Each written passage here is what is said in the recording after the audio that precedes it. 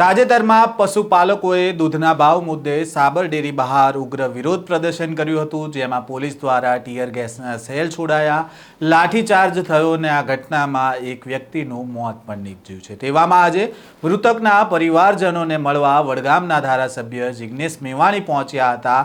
સાથે જ તેમણે અશોક ચૌધરીનું મૃત્યુ નહીં પણ હત્યા થઈ હોવાના આરોપ લગાવતા શું કહ્યું છે તેની વિગતે વાત કરીએ આ વિડીયોમાં। વૈષ્ણવજન તો તેને કહીએ જે પીડ પરાઈ જાનાને રે।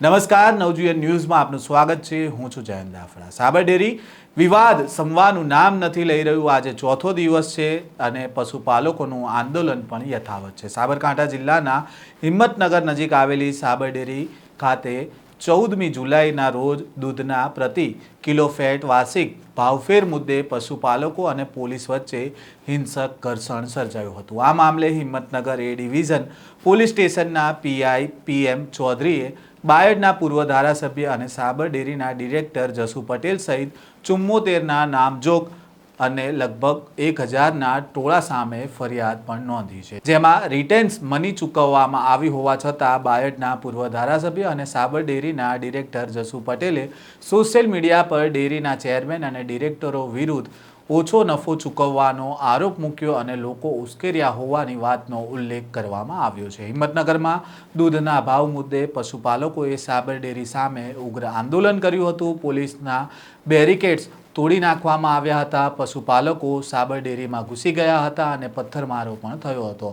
એમાં કેટલાક લોકોના માથા પણ ફૂટ્યા હતા, કેટલાક લોકો ઈજાગ્રસ્ત થયા હતા। પશુપાલકો અને પોલીસ વચ્ચે ઉગ્ર ઘર્ષણ થતાં પશુપાલકોએ અમદાવાદ ઉદયપુર નેશનલ હાઈવેને ચક્કાજામ પણ કર્યો હતો। પરિસ્થિતિ એટલી બધી વણસી ગઈ કે પોલીસને 70 જેટલા ટીયર ગેસના સેલ પણ છોડવા પડ્યા અને લાઠીચાર્જ પણ કરવો પડ્યો। આ સમગ્ર બનાવમાં એક વ્યક્તિ અશોક ચૌધરી, જેમનું નામ હતું, તેમનું મોત નીપજ્યું છે। તેવામાં આજે વડગામના ધારાસભ્ય જિગ્નેશ મેવાણી મૃતક અશોક ચૌધરીના પરિવારજનની મુલાકાત લેવા પહોંચ્યા હતા। સાથે જ આ મામલે રોષ વ્યક્ત કરતા કહ્યું કે ચોર કે ડાકુ આવ્યા હોય તે પ્રકારે ડેરીની બહાર બાઉન્સરો રાખવામાં આવ્યા, પશુપાલકોને જાણી જોઈને ઉશ્કેરવામાં આવ્યા અને લાઠીચાર્જ પણ થયો। જે ધારાસભ્ય સ્થળ પર હાજર હતા તેના સામે ગુનો દાખલ ન થયો અને જે પૂર્વ ધારાસભ્ય હાજર ન હતા તેના પર ગુનો દાખલ કરવામાં આવ્યો છે। શું કહી રહ્યા છે ધારાસભ્ય જિગ્નેશ મેવાણી, તેમને સાંભળીએ।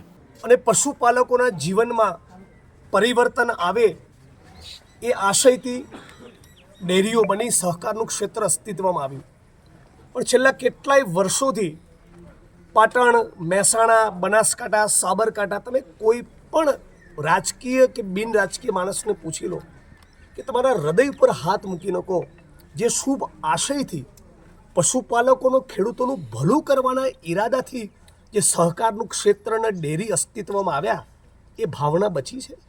નકરી લૂંટ અને ભ્રષ્ટાચારનો અડ્ડો બની ગયા છે। સાબર ડેરીના પશુપાલકોને, દૂધ ઉત્પાદકોને ગયા વર્ષની માફક જે ભાવ ફરક, જે ભાવ વધારો આપવાનો થતો હતો એ નિયમ પ્રમાણે આપ્યો હોત તો આ અશોકભાઈ ચૌધરી નામના ખેડૂત, જે સામાન્ય ખેડૂત છે, નાનો ને સીમાંત ખેડૂત છે, એ માણસે પોતાનું જીવન ગુમાવવું ના પડ્યું હતું।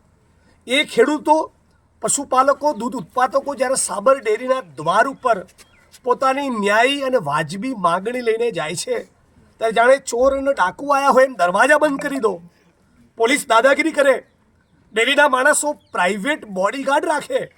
આ કોને તમે ડરાવવા માગતા હતા? કોને ધમકાવવા માગતા હતા? હું સ્પષ્ટપણે કહેવા માગું છું કે ભારતીય જનતા પાર્ટીની સરકાર અને સાબર ડેરીની મિલીભગત હતી, મિલીભગત છે।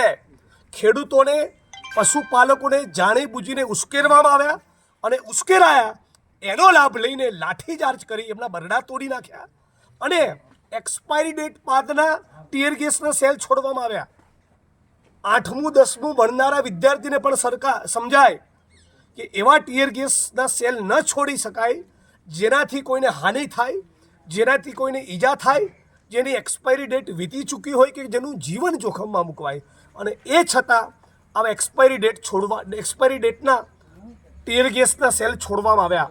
હું માગણી કરું છું કે તાબડતોબ સાબર ડેરી અને સરકાર એ ખેડૂતો સાથે, પશુપાલકો સાથે દૂધ ઉત્પાદકો સાથે તાબડતોબ 24 કલાકમાં મંત્રણા કરી ગયા વર્ષના પ્રમાણે તમામ એમનો ભાવ વધારો, ભાવનો ફરક અર્જન્ટ પ્રાયોરિટી બેઝિસ પર સોંપી દે.